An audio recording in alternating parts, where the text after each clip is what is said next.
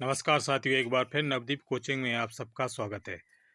आज हम सीखे कि बहुत ही एक इम्पोर्टेंट टॉपिक लेकर आए हैं, विराम चिन्ह। विराम चिन्ह किसी भी लैंग्वेज में विराम चिन्हों का बहुत महत्वपूर्ण है, महत्व होता है। किसी सेंटेंस या पेजेस में बिना विराम चिन्ह के प्रयोग करे अर्थ की स्पष्टता संभव नहीं है। इनके प्रयोग से वाक्यों को पढ़ने, बोलने और उनके अर्थ को समझने में सुविधा होती है। तो इंग्लिश सेंटेंस में निम्नलिखित विराम चिन्हों का उपयोग हम कितने 11 विराम चिन्हों का प्रयोग करते हैं। तो 11 विराम चिन्ह कौन कौन से हैं, देखिए ध्यान से, वीडियो को अंत तक जरूर देखना। और यदि वीडियो को अच्छा लगे तो वीडियो को लाइक और शेयर जरूर करना है। और एक बात और, बीच में वीडियो मत छोड़ना, क्योंकि कुछ स्टूडेंट क्या करते हैं, बीच में वीडियो को छोड़ देते हैं तो पूरा समझ में नहीं आता। तो देखिए ध्यान से, सबसे पहला है फुल स्टॉप। फुल स्टॉप आप लोग जानते होंगे, हैं। फुल स्टॉप कहाँ लगाया जाता है? फुल स्टॉप सबसे पहले तो हम जब यहाँ किसी कोई भी वाक्य के अंत में कोई भी सेंटेंस, जब हम सेंटेंस का अंत करते हैं तो वहाँ पर फुल स्टॉप का प्रयोग किया जाता है। जैसे ही इज ए बॉय, वह एक लड़का है, ये अपन हमने यहाँ फुल स्टॉप लगा देंगे। कोई भी सेंटेंस जहाँ हम पूरा करते हैं वहाँ पर में फुल स्टॉप लगाते हैं। अब दूसरी बात, जैसे कभी तो आप लोगों ने देखा होगा, कोई जैसे जो होते हैं एवरेशंस होते हैं, जैसे उनके फुल फॉर्म में जब लिखते हैं, हम शॉर्ट फॉर्म में लिखते हैं उनके लिए, तो वहाँ पर भी जैसे BSc, BSc, तो यहाँ बी के यहाँ और सी के यहाँ फुल स्टॉप लग जाएगा, है। जैसे SDO, जैसे S full stop D full stop O, है, फुल स्टॉप O। जैसे BA तो B full stop A full stop, है। तीसरी बात, जैसे कोई भी आजकल जैसे डियर, मिस्टर, मैसेज में भी जैसे DR लिख के फुल स्टॉप लगा देते हैं, मिस्टर मिस्टर फुल स्टॉप लगा देते हैं, तो यहाँ पर भी लग जाता है। जैसे फर्स्ट सेकंड थर्ड भी लिखते हैं, जैसे फर्स्ट है और यहाँ फुल स्टॉप लगा देंगे, सेकंड फुल स्टॉप लगा देंगे। और जैसे कोई भी जैसे मतलब वाक्य पूरा हो रहा है तो वहाँ पर हम फुल स्टॉप को लगाते हैं। तो ये तो गया क्या, फुल स्टॉप। अब उसके बाद है कॉमा।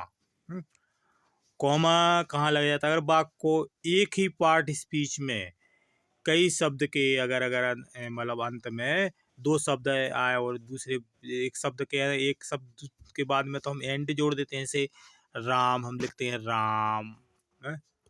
मोहन, अब दो आ गए, एक और है तो और श्याम, है? तो हमने राम और मोहन दोनों के बीच में हम क्या लगा देंगे, यहाँ पर कॉमा लगा देंगे, हैं। कॉमा आ जाएगा दोनों के बीच में, से राम, मोहन, सोहन, जैसे दो दो या दो से अधिक हों, हैं। जो लास्ट वाला, जो कोई भी लास्ट वाला होता है, लास्ट वाला, तो उस वहाँ तो पर में हम एंड लगा देंगे, लेकिन 2 या 3 के बीच में कॉमा लगाएंगे, हैं। दूसरी बात,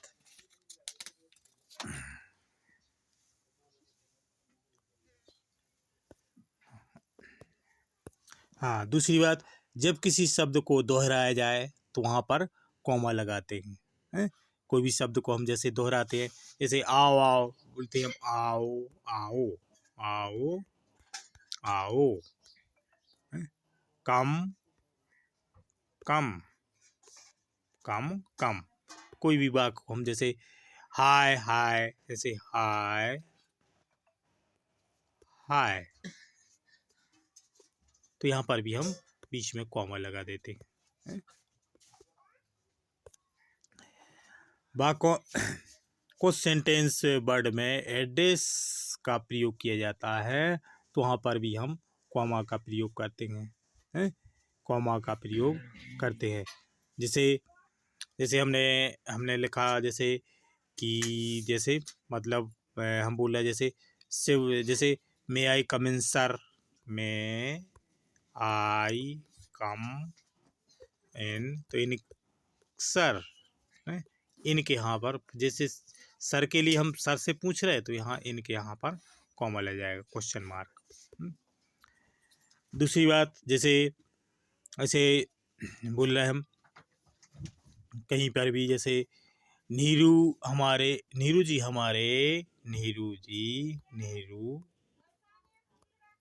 हमारे प्रथम प्रधानमंत्री, प्रथम प्रधानमंत्री हैं, प्रधानमंत्री हैं, हैं? तो यहाँ नेहरू के यहाँ पर कॉमा लग जाएगा। Nehru our prime minister is our India, our country. तो मतलब यहाँ नेहरू के यहाँ पर क्या लग जाएगा, कॉमा आ जाएगा। कभी कभी सेंटेंस वर्ड में एड्रेस, कभी कभी सेंटेंस के बाहर वर्ड को रखा जाता है और इन्हें काट दिया जाता है, तो वहाँ पर भी हम सेंटेंस में कॉमा का प्रयोग करते हैं। एस या नो आगे, जैसे एस या नो हो है, और उसके बाद सेंटेंस शुरू करते हैं हम यस या नो के बाद, तो वहाँ पर हम कॉमा का प्रयोग करते हैं। जैसे हम बोले हाँ मैं स्कूल जाता हूँ, as I go to school, go to school. तो यहाँ पर एस, जैसे नहीं मैं स्कूल नहीं जाता था, no I go to school, तो no comma I go to school. तो यस या नो के यहाँ भी हम कॉमा का प्रयोग कर देते हैं। अब एक और आप लोगों ने देखा होगा कहीं पे भी लेटर्स लिखते हैं हम, वहाँ अभिवादन लिखते हैं, जैसे डियर फादर, तो डियर फादर और यहाँ पर कॉमा लगा देते हैं। या to the principal, to the to के यहाँ comma, the principal comma. Dear sister, dear friend, यहाँ पर भी हम कॉमा, जैसे डियर फ्रेंड और कॉमा लगा देते हैं।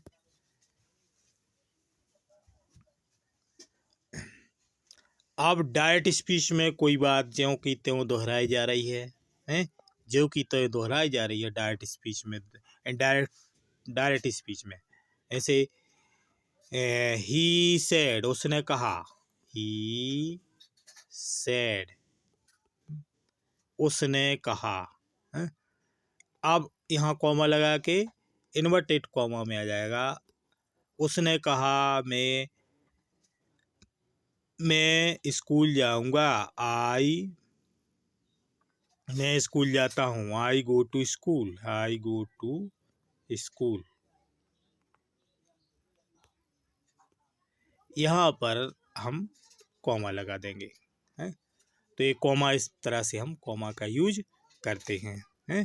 तो सेकंड हो गए फुल स्टॉप, कॉमा। अब सेमी कॉलन, सेमी कॉलन का उपयोग कहाँ किया जाता है?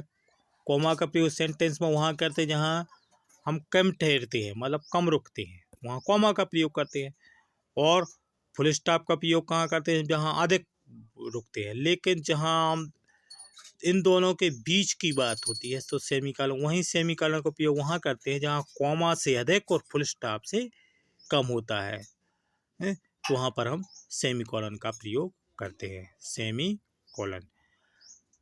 अब उसके बाद है कॉलन, कॉलन। तो कॉलन का उपयोग कहाँ किया जाता है?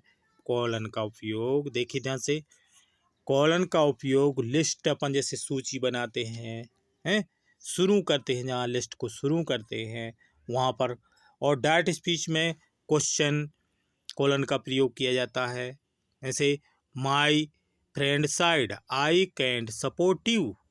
तो माई, यहाँ पर भी हम काय का प्रयोग करेंगे? सेमी कॉलन का प्रयोग करेंगे।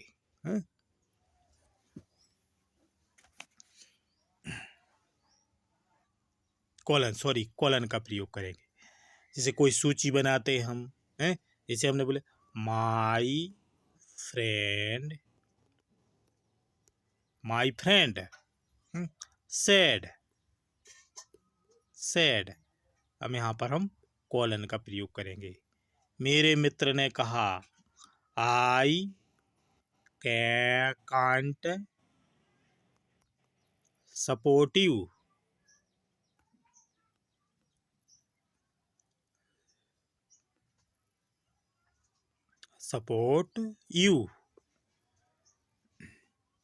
मेरे मित्र ने कहा मैं आपका सपोर्ट नहीं कर सकता,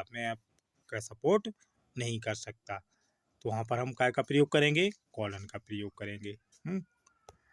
अब उसके बाद क्वेश्चन मार्क आपको पता ही होगा। क्वेश्चन मार्क जहाँ पर भी हम कहीं पे भी क्वेश्चन करते हैं, हिंदी हो या इंग्लिश हो, तो वहाँ पर भी हम क्वेश्चन मार्क का उपयोग करते हैं। जैसे what is your name, what is your name, what is your name, आपका नाम क्या है। कहीं पर भी हम क्वेश्चन करते हैं, समझ जाओ वहाँ लास्ट में हम क्वेश्चन मार्क चिन्ह लगाएंगे, हैं। हिंदी हो या इंग्लिश हो, कहीं पर भी हम क्वेश्चन करते हैं तो वहाँ पर हम क्वेश्चन मार्क का चिन्ह लगाते हैं। तो ये क्वेश्चन मार्क आपको पता ही होगा है। अब उसके बाद है एक्सक्लेमेशन मार्क। एक्सक्लेमेशन मार्क क्या होता है, देखिए ऊपर से लाते हैं और हम यहाँ पर लास्ट में लगा देते हैं डॉट, तो ये होता है एक्सक्लेमेशन मार्क।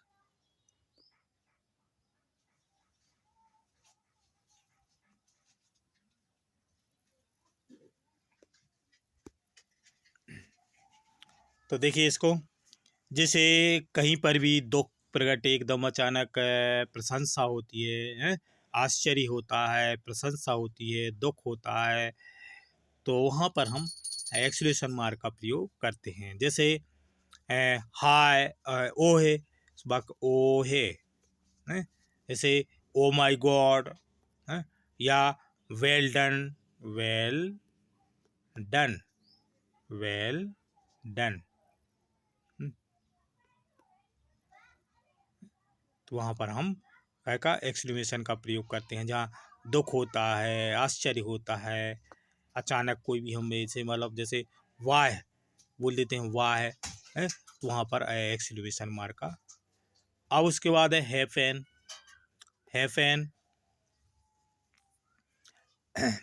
हैपन और डैश। हैपन में छोटी लाइन रहती है और हैपन में डैश में बड़ी लाइन रहती है। अब हैपन का प्रयोग मुख्य रूप से कंपाउंड वर्ड, दो या दो से अधिक वाला वाक्य शब्द बनाने के लिए किया जाता है। मॉडर्न इंग्लिश में कंपाउंड वर्ड में प्रायः एक ही शब्द मान लिया गया है, इसलिए आजकल कंपाउंड सेंटेंस कम से कम हैपन का प्रयोग बहुत कम होता है, बहुत कम से कम इसका प्रयोग किया जाता है। जैसे दो संख्याओं के बीच में हम जैसे लिखें 20 बराबर 25, जैसे हम लिखें 20 इज इक्वल 20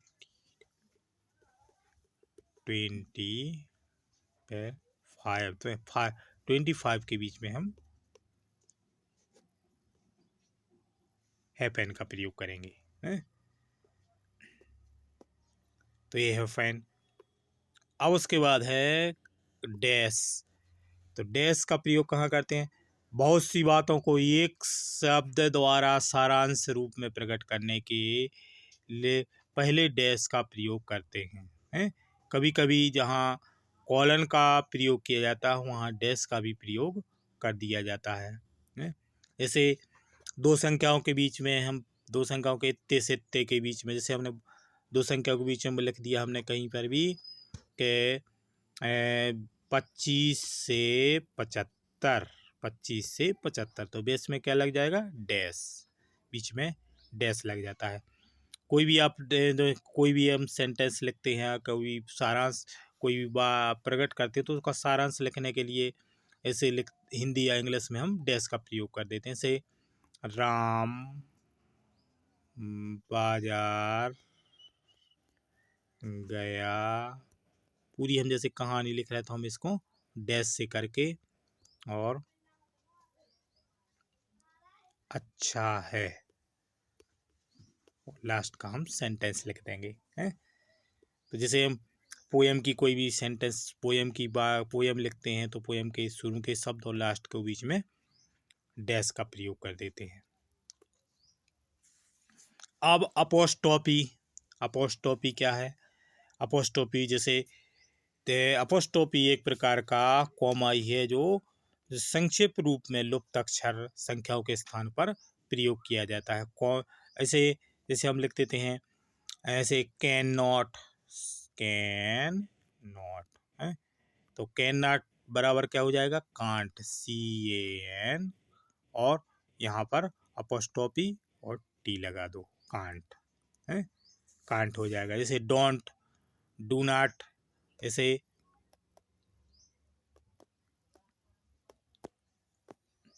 डू नॉट है, तो हम लिख देंगे डोंट, DONT, और ऊपर अपोस्ट्रोफी लगा देते हैं। आप जैसे अपोस्ट्रोफी और कहाँ लगता है? जैसे मोहन का पेन, जैसे हम लिख रहे हैं मोहन का पेन, तो मोहन का पेन यहाँ पर लिख देंगे Mohan's, MOHAN, apostrophe Mohan's pen, तो पहली बात लुप्त अक्षर या संख्या के स्थान पर है अपोस्ट्रोफी का प्रयोग किया जाता है। दूसरा जैसे मोहन का जीवन, जैसे हम लिखें मोहन का जीवन, तो यहाँ पर आ जाएगा मोहन्स लाइफ, मोहन के पिताजी, मोहन्स फादर, ETC। वुमेन औरतों का college, women's college.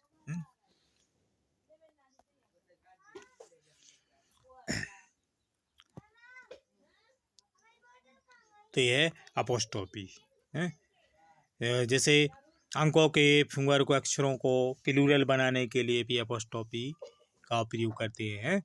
Right over 5 से एंड मोर डेनी, ऐसे मतलब इस टाइप के भी हम अपोस्ट्रोफी का प्रयोग करते हैं। अब अब उसके बाद देखिए ध्यान से इन्वर्टेड कॉमा को क्वेश्चन मार्क भी कहा जाता है, क्वेश्चन मार्क्स भी कहा जाता है। इन्वर्टेड कॉमा से का प्रयोग कहाँ किया जाता है? पहली बात डायरेक्ट स्पीच के आरंभ और अंत में कोई बात ज्यों की त्यों दोहराई जाए तो वहाँ पर हम इन्वर्टेड कॉमा का प्रयोग करते हैं। क्या कहते हैं? जैसे उसने कहा, तो यहाँ पर हम कॉमा लगाएंगे, फिर इन्वर्टेड कॉमा, उसने कहा ज्यों की त्यों दोहराई जा रही डायरेक्ट स्पीच में। उसने कहा मैं पढ़ूंगा या मैं पढ़ता हूँ, तो ज्यों की त्यों, जैसा उसने कहा ज्यों की त्यों बात दोहराई जा रही है तो उसको हम इन्वर्टेड कॉमा में प्रयोग करते हैं। उसका प्रयोग है इन्वर्टेड कॉमा। ध्यान रखना डायरेक्ट स्पीच में ज्यों की त्यों कोई बात दोहराई जाती है तो वहाँ पर इन्वर्टेड कॉमा का प्रयोग हम करते हैं। किसी शब्द को विशेष रूप से दर्शाने के लिए कोई भी बात को हम विशेष रूप से दर्शाते हैं तो वहाँ पर भी इन्वर्टेड कॉमा का प्रयोग हम करते हैं।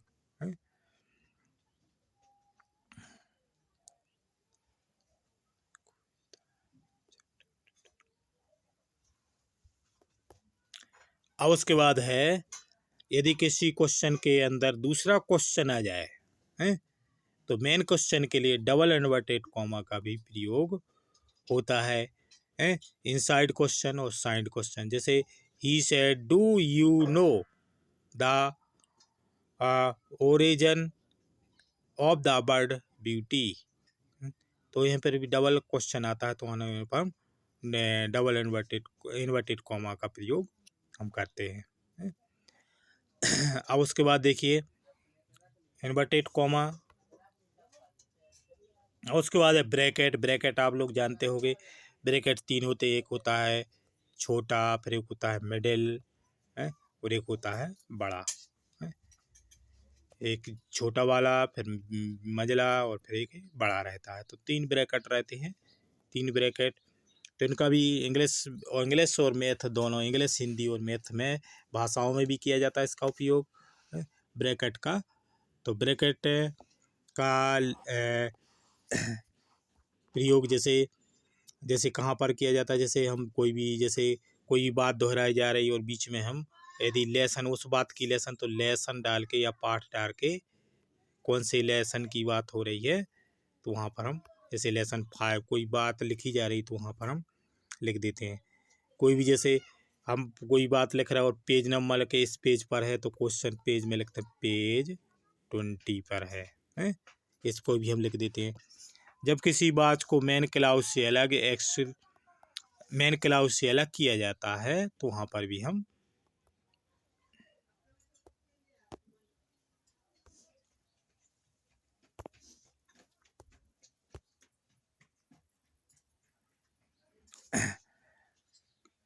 अब उसके बाद देखिए ध्यान से, जहाँ पर जैसे मान ले जब किसी मेन क्लाउज को हम अलग करते हैं, अलग जोड़ते हैं, तो वहाँ पर भी हम जैसे आयशा है, जैसे हम लिखें आयशा, आयशा अनिल, आयशा अनिल है। और उसके बाद ब्रैकेट दोनों में हम ब्रैकेट लगा के माई क्लासमेट, माने अनिल कौन है अपनो, मेरा क्लास में साथ में पढ़ने वाला, मेरा मित्र। तो हम लिख देंगे माई फ्रेंड या माई फ्रेंड या क्लासमेट। आयशा, मैंने अनिल को देखा, कौन सो अनिल, जो मेरा मतलब मित्र है, मतलब माई। तो इसको हम कहाँ लिखेंगे, ब्रैकेट के अंदर। तो इस तरह से इनका हमने आप लोगों को परिचय बताया है। इनका आप लोग अच्छे से अध्ययन कर लेना। ये विशेष करके कितने प्रकार हैं इनके, 11 हैं। तो 11 प्रकार हैं इनके, 11 ही प्रकारों का अच्छे से अध्ययन कर लेना। Full stop, comma, semi colon, colon, question mark है, एक्सक्लेमेशन मार्क, हैफन, फिर डैश, अपोस्ट्रोफी, इन्वर्टेड कॉमा और ब्रैकेट है। तो वीडियो कैसा लगा इसके लिए कमेंट जरूर करना, और जो बच्चे चैनल पर नए हों चैनल को सब्सक्राइब जरूर कर लेना, ताकि आप लोगों को नए नए वीडियोस प्राप्त हो सकें। और आप लोगों की इंग्लिश ग्रामर में जो भी प्रॉब्लम्स हो, कमेंट करके आप लोग पूछ सकते हो। थैंक्स।